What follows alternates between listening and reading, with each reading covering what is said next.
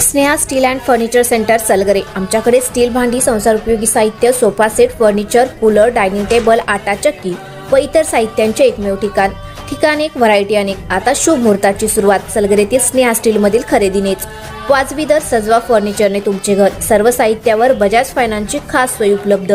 Steel भांड्यांना 5 वर्षे guarantee, तर furniture साहित्यास किडवाळीपासून life time warranty.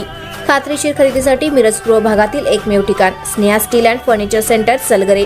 आमचा पत्ता रवींद्र वस्त्रनिकेतन शेजारी सलगरे। संपर्क 90 96 25 91 38।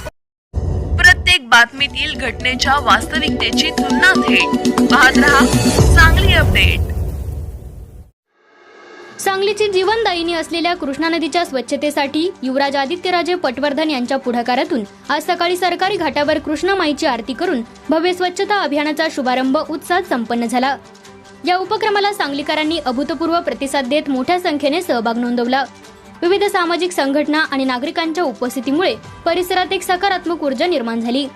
या अभियानाचे वैशिष्ट्य म्हणजे गेली 40 वर्ष निस्वार्थपणे कृष्णामाईची सेवा करणाऱ्या डॉक्टर सरकार जलतरण ग्रुप सांगली, कृष्णामाई जलतरण संस्था Sangli, Krishnamai trekkers and swimming group Sangli, Satish Dudhal, dolphin nature group Sangli, royal Krishna boat club Sangli, Balasaheb Vaidya Krishnamai जलतरण संस्था, विसावा मंडळ व निर्धार फाउंडेशन सांगली या 9 संघटनांना युवराज आदित्यराजे पटवर्धन यांनी कृष्णामाई सुपुत्र सामाजिक गौरव पुरस्कार देऊन पाठबळ दिले।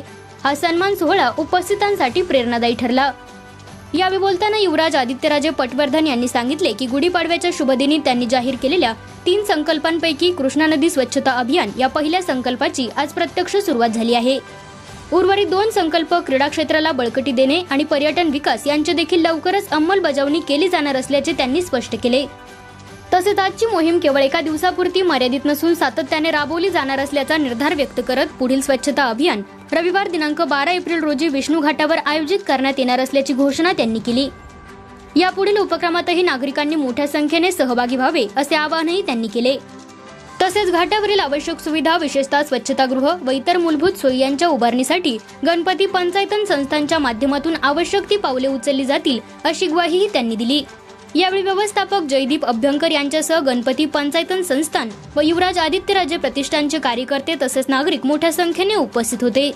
सांगलीच्या पर्यावरण रक्षणासाठी आणि कृष्णा नदीच्या संवर्धनासाठी सुरू झालेला हा उपक्रम निश्चितच पुढील काळात एक व्यापक लोक चळवळ ठरणार असल्याचे चित्र आजच्या उत्स्फूर्त सहभागातून स्पष्ट झाले।